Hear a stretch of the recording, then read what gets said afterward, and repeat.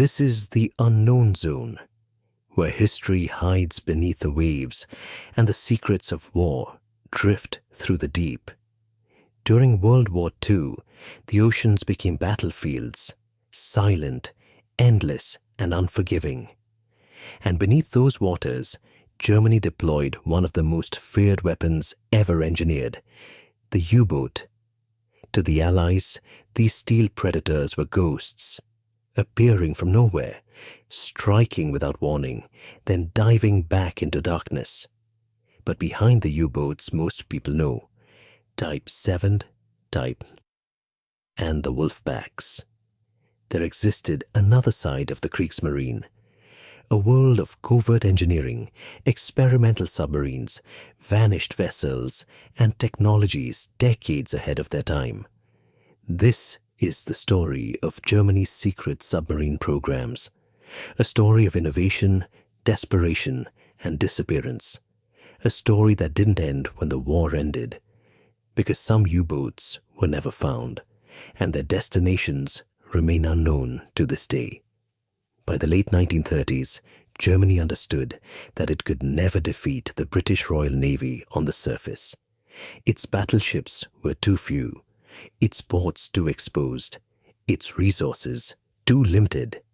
So Germany turned to a weapon that did not rely on numbers, but on stealth, speed, endurance, and fear. U-boats became the centerpiece of Hitler's naval strategy. Each one operated like a lone wolf, moving silently, waiting for the perfect moment to strike. Their mission was simple: cut Britain's supply lines, starve its industries, and force the nation to its knees. And for a time, it almost worked. In 1940 and 1941, the Battle of the Atlantic reached a terrifying peak. Convoys carrying food, oil, equipment, and troops were hunted relentlessly. Ships vanished beneath the waves in minutes. Entire routes became graveyards. And in Berlin, Admiral Karl Dönitz believed victory was within reach.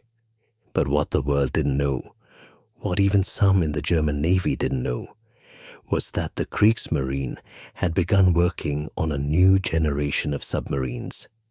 Vessels unlike anything built before. Technologically advanced, engineered in secret, and years ahead of the Allies. These were the experimental U-boats, and they would become the foundation for every modern submarine created after the war.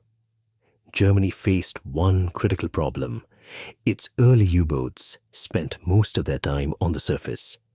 They traveled like ships and dove only to attack or hide. This made them vulnerable to aircraft, radar, and long-range patrols. But deep inside hidden shipyards, in places like Kiel, Hamburg, and Danzig, German engineers were quietly designing submarines capable of something new: true underwater endurance. Among these classified projects was a machine so advanced that Allied scientists refused to believe it existed until they captured one with their own hands. This was the Type XXI Elektroboot, the most revolutionary submarine ever built during the war. The Type XXI was years ahead of its time. It could stay submerged for days, not hours. It had greater underwater speed than surface speed, something no submarine in the world had achieved before. Its hydrodynamic hull, new battery systems, and silent running capabilities made it the blueprint for the Cold War submarine era. Some historians call it the first modern submarine. Others describe it as the weapon that could have changed the war. But the true mystery was not simply its design, it was the secrecy around it. By 1944, Germany had built dozens of advanced submarines under classified orders. Some were tested, some were deployed, some were destroyed, and some disappeared.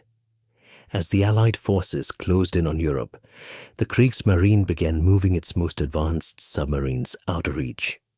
U-boats left ports in Norway and Germany carrying documents, engineers, spare parts, and classified technology.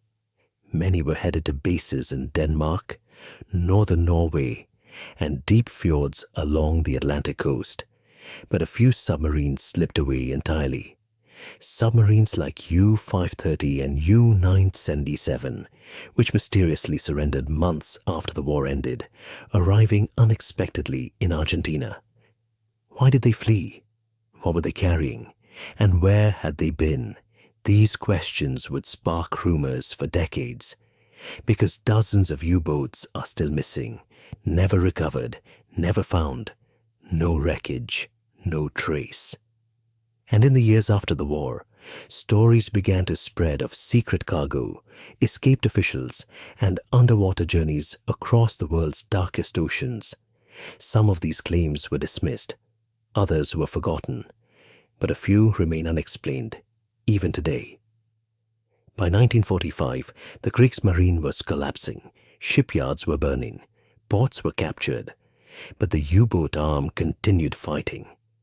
Even as defeat became certain, even as German command knew the war was lost.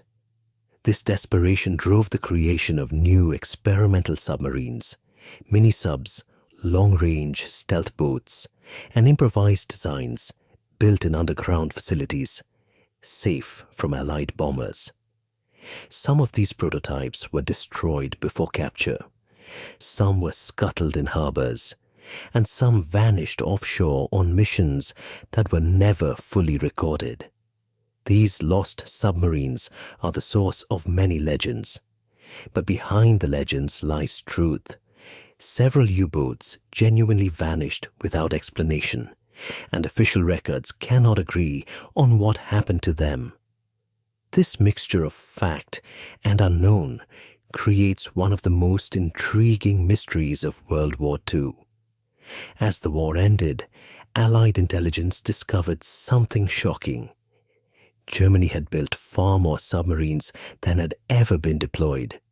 Hundreds of unfinished hulls were found in shipyards. Blueprints were recovered for entirely new classes, and hidden bases revealed evidence of long-range submarine modernization. Germany had been preparing for a submarine fleet that could operate globally, a fleet capable of reaching South America, Africa, and the Indian Ocean, a fleet that, had it been completed, could have prolonged the war for years. This was no longer just naval warfare. This was strategic survival, and even in defeat, Germany's submarines left a legacy so powerful that the world's navies rushed to copy their designs. The Cold War submarine era did not begin in the United States or the Soviet Union. It began in the secret shipyards of the Kriegsmarine. The collapse of Nazi Germany revealed many hidden weapons programs, but none shocked the Allies more than the discovery of the Type XXI submarine. To understand why, we must return to the final years of the war, a time when Germany was losing ground on every front, yet its engineers were building machines decades ahead of the world's navies. The Type 30 font was not an upgrade of existing submarines. It was a complete reinvention, a leap into the future. And the Allies had no idea it existed until the very end. Throughout most of the war, U-boats operated like surface ships that could dive. They spent 90% of their missions on the surface, charging batteries and navigating at higher speed. Once underwater, they were slower, easier to detect, and unable to remain submerged for more than a few hours. But Germany knew the future of submarine warfare required something different. A vessel that lived beneath the surface, not above it. So in 1943, with the war turning against them, the Kriegsmarine initiated a secret crash program, codenamed Elektroboot. Its goal was to build the world's first true underwater submarine. a machine designed to operate almost entirely below the waves. The outcome was the Type VII, a submarine so advanced that British and American naval officers initially believed their intelligence reports were exaggerated. But the truth was even more extraordinary. The Type VII had a fully streamlined hull, sleek, curved, and optimized for underwater speed. Unlike earlier U-boats, which were essentially surface ships forced to dive, the Type VII was built from the beginning as a submersible.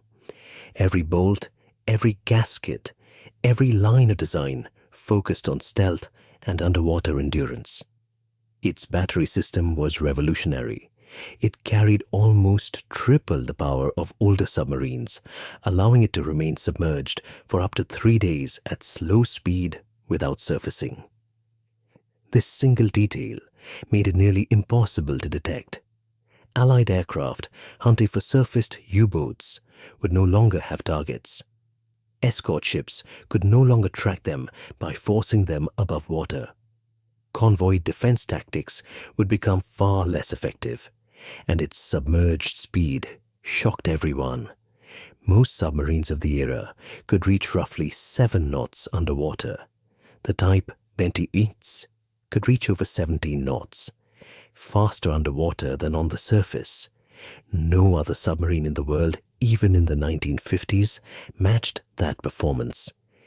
Inside, the Type XXI was designed with the crew in mind.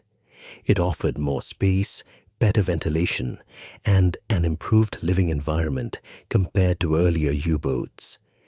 But its real power lay in its combat systems. The Type XXI could fire torpedoes more rapidly than any submarine built before it. It had an automated reloading system that allowed 6 torpedo tubes to be reloaded in minutes. This meant a Type XXI could attack convoys with a devastating barrage, dive deep, and escape at high speed before enemy ships knew what happened. It also carried an advanced hydrophone array that gave it unparalleled underwater listening capabilities. It could hear Allied ships long before they detected it. In the hands of an experienced crew, a single Type XXI could sink multiple ships without ever revealing its location. The Allies later admitted in reports that, had Germany deployed the Type XXI earlier in the war, the Battle of the Atlantic might have taken a very different turn. But one of the most mysterious aspects of the Type VII program was the secrecy surrounding its construction. The submarines were built in sections manufactured in factories across Germany, many of them underground to evade Allied bombing campaigns. These sections were then transported by rail to hidden shipyards, where they were welded together in enormous assembly halls.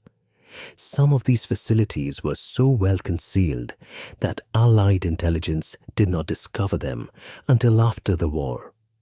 Others were destroyed before they could be inspected, and some construction sites remain partially undocumented even today, fueling speculation about additional U-boats that may have been completed but never entered official records. By early 1945, Germany had assembled dozens of Type XXI hulls. Over 100 submarines were in various stages of completion, but only a few became operational before the war ended. Among these was U-511, commanded by Adalbert Schnee, one of Germany's most skilled submarine captains. In the final days of the war, U-511 was ordered into the Atlantic on a combat patrol. It reached its target, a British cruiser, and maneuvered into a perfect firing position. Schnee later testified that he could have sunk the cruiser without being detected. But on May 4th, 1945, as he prepared to launch the attack, a message crackled through the radio. Germany had surrendered. All combat operations were to cease immediately. Schnee broke off the attack and disappeared into the depths. U-511 returned to port, never having fired a torpedo in battle. A submarine built to change the war never had the chance. The Type XXI was too late, but it was not forgotten. After the war, the Allies raced to capture surviving Type 40 submarines. Britain, the United States, France, and the Soviet Union each seized a few. Engineers tore them apart, studied every detail, and used the designs as the foundation for their own Cold War fleets. The American Guppy submarine program, the British Porpoise class, and the Soviet Whiskey class were all built on knowledge taken directly from the Type XXI. In a twist of fate, the submarine that never changed World War II ended up shaping the entire Cold War. But the Type XXI was only part of Germany's secret submarine story. Other experimental vessels were being tested, including the mysterious Type VIII, miniature attack subs, stealth prototypes, and long-range U-boats designed for journeys across the world's oceans. Some were completed, some were destroyed, and some vanished without explanation. It is these disappearances that form the most intriguing and controversial part of the Kriegsmarine submarine legacy. By the time Germany capitulated in May 1945, the Allies expected to seize every remaining U-boat. They expected surrender lists, documented logs, and precise accounting. But what they found instead was a puzzle of missing vessels, contradicting reports, and unexplained movements across the final weeks of the war. Some U-boats had been destroyed, some had surrendered, but a surprising number had simply disappeared. No wreckage, no radio contact, no confirmed fate. These missing submarines became one of the most enduring mysteries of the post-war era. At the end of the war, the Allies demanded a detailed inventory from the Kriegsmarine. Admiral Karl Dönitz, who had briefly succeeded Hitler after his death, ordered all U-boats to surface, hoist black flags, and surrender immediately.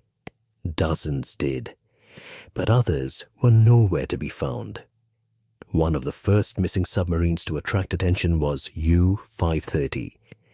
Its disappearance went unnoticed until July 1945, 2 full months after Germany surrendered. On July 10th, the submarine suddenly appeared off the coast of Mar del Plata, Argentina. Its crew surrendered peacefully, but their arrival raised more questions than answers. What had they been doing for 2 months? Where had they gone?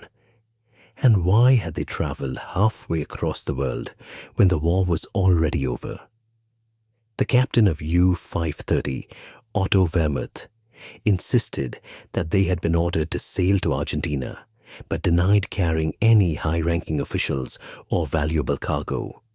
He claimed they had destroyed all logs and sensitive materials before surrendering. This only deepened the mystery. Rumors spread. Some newspapers speculated that fleeing Nazi leaders had escaped aboard U-boats. Others claimed the submarine had carried gold, documents, or scientific equipment. None of these claims were ever proven, but the secrecy surrounding the crew's activities fueled suspicion. Argentina itself had become a destination for many Germans after the war, some fleeing legally, others illegally. The sudden appearance of U-530 only intensified speculation that it had been part of something far larger. Just weeks later, another submarine shocked the world, U-977. It surrendered in Argentina in August 1945, 3 months after Germany's defeat.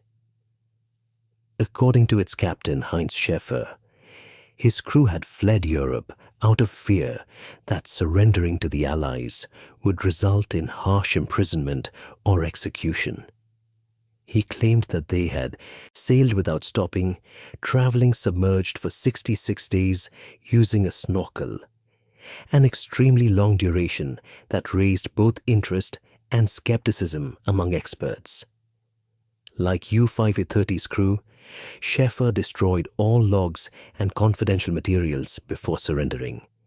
This made it impossible to verify his account, and once again, speculation grew. Two U-boats arriving unexpectedly in the same country within weeks of one another, months after the war. Coincidence, desperation, or something more? Other U-boats vanished without ever resurfacing. For some, the finer moments are still unknown. A handful of submarines were listed as missing at sea, with no sign of wreckage. Some experts believe they were destroyed by mines. Others suggest mechanical failure. But a small number of cases remain unexplained, especially those that were fully operational in the final months of the war. One example is U-864, a submarine carrying technology intended for Japan, including jet engine parts and scientific materials. It was sunk by the British, but records suggest other submarines may have attempted similar voyages. The idea of U-boats traveling vast distances was not fantasy. Germany had developed long-range submarines capable of reaching the Indian Ocean, South America, and even Antarctica. These missions were documented, but not all were accounted for. The most controversial missing vessels are the ones believed to have left Europe just before the war ended. In the final days of the Reich, chaos enveloped Germany's military command. Orders were issued, retracted, and overwritten. Records were destroyed in fires. Submarine bases were overrun. And amid this confusion, several U-boats left port with missions that remain unclear. Some were instructed to scuttle themselves to avoid surrender. Others were told to seek refuge. Some were rumored to carry scientists, documents, or valuables that the collapsing leadership hoped to preserve. The lack of consistent documentation has made it nearly impossible for historians to determine the fate of all submarines. To this day, a number of U-boats remain unlocated. Some may lie deep on the ocean floor. Others may have been destroyed silently, leaving no survivors. But their disappearance has created a breeding ground for theories, stretching from the plausible to the unbelievable. One of the most persistent theories involves the possibility of U-boats attempting to reach secret bases in South America or remote southern islands. During the war, Germany operated supply ships and networks in the South Atlantic. Some ports and regions were sympathetic to German interests. It is documented that U-boats visited remote locations in Argentina, Brazil, and Uruguay. Far from Allied patrol routes, these areas offered potential hiding places for submarines attempting to escape capture. However, no hard evidence has ever confirmed that missing U-boats were part of a coordinated escape plan. Still, the combination of fact, disappearance, and unexplained post-war movements keeps these theories alive. The most mysterious theory involves alleged voyages to Antarctica, a claim rooted in Germany's 1938 to 1939 Antarctic expedition, Operation Schwabenland. This expedition did take place. It mapped parts of Antarctica and established territorial claims. But there is no proven connection between these scientific missions and wartime submarine activity. Yet because U-boats were known to operate in remote regions, and because some vessels vanished without explanation, these ideas continue to circulate in books, documentaries, and speculation circles. What matters is not the myth, but the unanswered questions. How did modern submarines vanish in an ocean thoroughly patrolled by Allied forces? Why did multiple U-boats appear in Argentina long after the war was over? Why were logs destroyed, routes erased, and missions left undocumented? These mysteries remain locked beneath the waves. Behind every missing submarine is a simple truth. The final months of the war were chaotic. The Third Reich was crumbling, communication was breaking down, and many U-boat crews were left isolated and directionless. Some attempted to escape punishment, others refused to surrender, and some submarines were lost without anyone realizing until months later. The missing U-boats represent not just wartime loss, but the uncertainty of a collapsing military.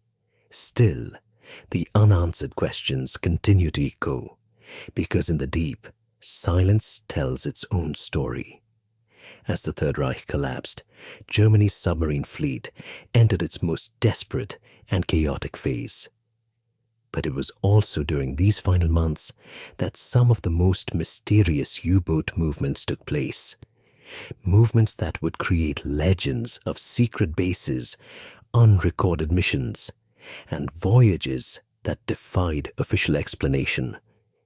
To understand the truth behind these stories, we need to explore the actual infrastructure the Kriegsmarine built to support long-range submarine operations. Because the idea of hidden or remote bases was not just a rumor. It was real. Germany's U-boat command had established an extensive network of bases throughout Europe and the North Atlantic. Massive concrete fortresses were constructed in France, Brest, Lorient, Saint-Nazaire, La Rochelle, and Bordeaux, each able to shelter submarines from Allied bombing. These structures were nearly indestructible. Some still stand today. But beyond these well-known bases, Germany operated hundreds of smaller supply points, secret anchorages, and refueling locations in remote fjords, islands, and sheltered coves. Norway became a crucial staging ground. With deep fjords protected by high cliffs and icy waters, it offered natural hiding places that were nearly impossible for Allied aircraft to penetrate. Some of these locations served as launching points for long-range missions into the Atlantic and the Arctic, but the most intriguing operations involved bases outside Europe entirely. One of the lesser-known parts of the war was the Kriegsmarine's use of Milchgau submarines, large supply U-boats designed to resupply other submarines at sea. These vessels carried torpedoes, fuel, food, spare parts, and even medical supplies. They allowed U-boats to remain operational for months at a time without returning to port. This extended operational capacity meant that U-boats could reach distant waters, the South Atlantic, the Caribbean, West Africa, and even the Indian Ocean. And because these missions were far from Allied surveillance, they contributed to the idea that German submarines could have reached remote or hidden destinations in the final days of the war. One confirmed example is the use of Penang in Japanese-controlled Malaya as a submarine base. German U-boats operating in the Indian Ocean used Penang as a staging point in cooperation with the Japanese Navy. This base allowed Germany to conduct joint operations with Japan deep into the Pacific and Indian Oceans. It also demonstrated one crucial fact. Germany had the capability to operate U-boats across the world. This capability fuels many of the theories surrounding missing submarines. Aside from the Indian Ocean, Germany maintained supply networks in the South Atlantic. Neutral or sympathetic ports in South America occasionally served as unofficial resupply points, legal or not. Brazil, Argentina, and Uruguay all documented sightings of U-boats near their coasts throughout the early and mid-war years. Some supply ships disguised as fishing vessels or merchant ships operated along these routes to support submarines far from Europe. While most of these operations were eventually shut down, the long-range potential of certain U-boats remained. But the most sensational claims involve alleged secret bases in remote regions, most commonly Argentina's southern coast, Patagonia, and even Antarctica. While these theories often stretch into exaggeration, they are rooted in real wartime events. In Argentina and Chile, German communities existed long before the war. Some individuals sympathized with Germany and could have provided assistance to U-boats seeking refuge. Coastal caves, hidden coves, and fjord-like formations in southern Argentina and Chile offered natural concealment for submarines. There is documented evidence of German ships visiting South Atlantic regions during the war. However, the idea of established permanent bases has no confirmed proof. Still, the combination of geography, wartime activity, post-war arrivals of U-boats like U-530 and U-977, and the region's natural concealment keeps these theories alive. Antarctica raises even more speculation. Germany's 1938-1939 expedition to Antarctica is a documented historical event. The ship Schwabenland conducted aerial surveys of an area Germany later called Neuschwabenland. The expedition was scientific in nature. But after the war, stories emerged claiming that U-boats visited the region during or after the conflict. Most of these stories cannot be verified. No confirmed evidence exists of wartime submarine operations in Antarctica. Yet the mystery persists because the Antarctic expedition was real, and because records from the final days of the war are incomplete and inconsistent. The truth is likely less dramatic, but still filled with unanswered questions. As Germany collapsed, communications broke down. Orders contradicted one another. Crewmen acted on instinct, fear, and survival. Some U-boats scuttled themselves under new orders. Some attempted to escape. Some were lost without witnesses. And in this chaos, even the best documentation failed to record every movement. This mixture of truth and mystery created the perfect environment for legends of hidden voyages and secret destinations. But beyond the speculation lies the most important legacy of the vanished U-boats, their technological influence. The Allies captured enough German submarine innovations to transform naval warfare forever. While some submarines disappeared, many were found, and the technology aboard them reshaped the post-war world. These final U-boat movements mark not only the end of the Kriegsmarine, but the beginning of Cold War submarine dominance for both the United States and the Soviet Union. When the war ended in 1945, the Allies expected the submarine threat to disappear with Germany's surrender.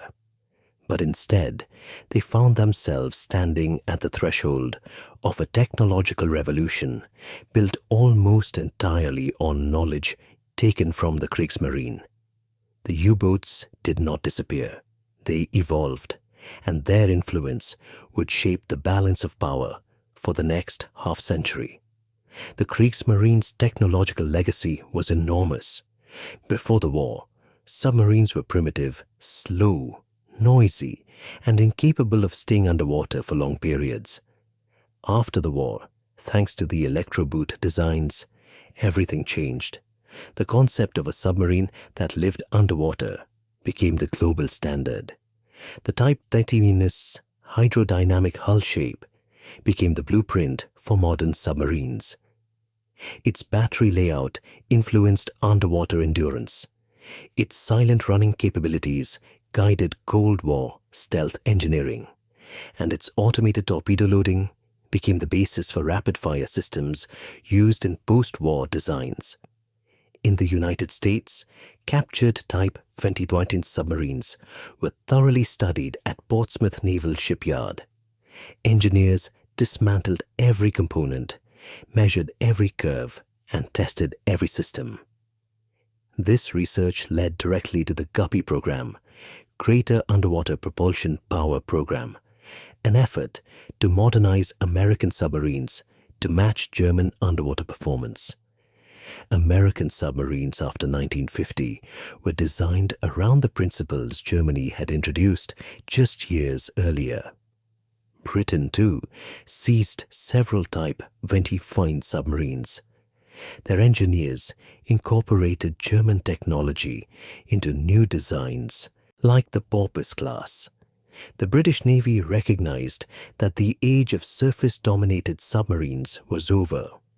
The world had entered an era of deep, prolonged underwater operations. Even France used captured U-boat designs to rebuild its naval fleet in the post-war years. But the nation that most aggressively adopted German submarine technology was the Soviet Union. The Soviets captured multiple Type XXI and Type 23 submarines and used them as the foundation for an entirely new submarine fleet.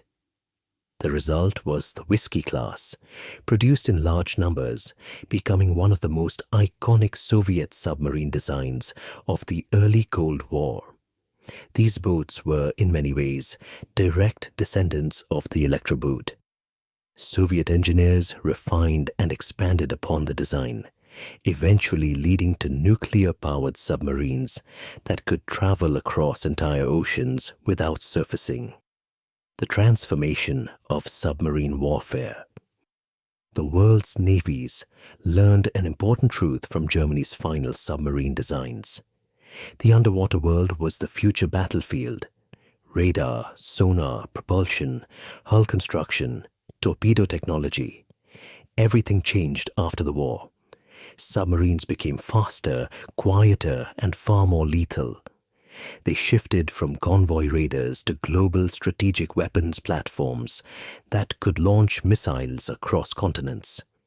This evolution from diesel-electric U-boats to nuclear-powered giants can be traced directly back to the advanced experimental work undertaken by the Kriegsmarine, the legacy of missing submarines. Yet even as the technology lived on, the mystery of missing U-boats persisted. Historians continue to debate the fate of submarines that vanished without confirmed location. Some of these vessels were eventually found decades later, lying on the ocean floor. Others may never be discovered, but the speculation they fuel, escape routes, hidden bases, cargo missions, unrecorded journeys, continues to fascinate researchers, divers, and historians around the world. In truth, these mysteries highlight the collapse of wartime communication. Documentation was lost, destroyed, or never created. Crewmen acted independently, often without full knowledge of changing orders. The vanished U-boats are reminders not of conspiracy, but of the chaos of a collapsing regime, the human legacy. Behind every submarine were crews who lived in cramped steel hulls for months at a time, men who operated under crushing pressure, deep underwater, with limited food, little rest, and constant danger. Many were young, in their teens or early 20s. They fought in a war they could not win, guided by orders they could not question, aboard machines that were decades ahead of their time. Their experiences formed part of the human cost of submarine warfare, a cost often overlooked in discussions of technology and strategy. The ultimate legacy. Germany's U-boat program failed to defeat the Allies, but its innovations, engineering, and long-range planning transformed naval warfare forever. From stealth submarines to nuclear deterrence to underwater surveillance networks, many modern technologies have roots in the secret submarine projects of the Kriegsmarine. The Type XXI never changed World War II, but it changed everything after it. In the cold, black depths beneath the Atlantic, Germany built the future. even as the Third Reich itself was collapsing above. This has been the unknown zone, where the forgotten depths of history rise again, and where the past leaves ripples that shape the future. The secret submarines of the Kriegsmarine never won their war, but they built a legacy that reshaped oceans, powered superpowers, and defined an entire age of silent conflict. In the shadows beneath the waves, technology born in desperation became the blueprint for the world that followed. And the mysteries left behind, the vanished vessels, the unrecorded voyages, the rumors of final escapes, remain unanswered, resting in darkness, far below the surface. This is the unknown zone, where stories lost to the deep finally rise to the light.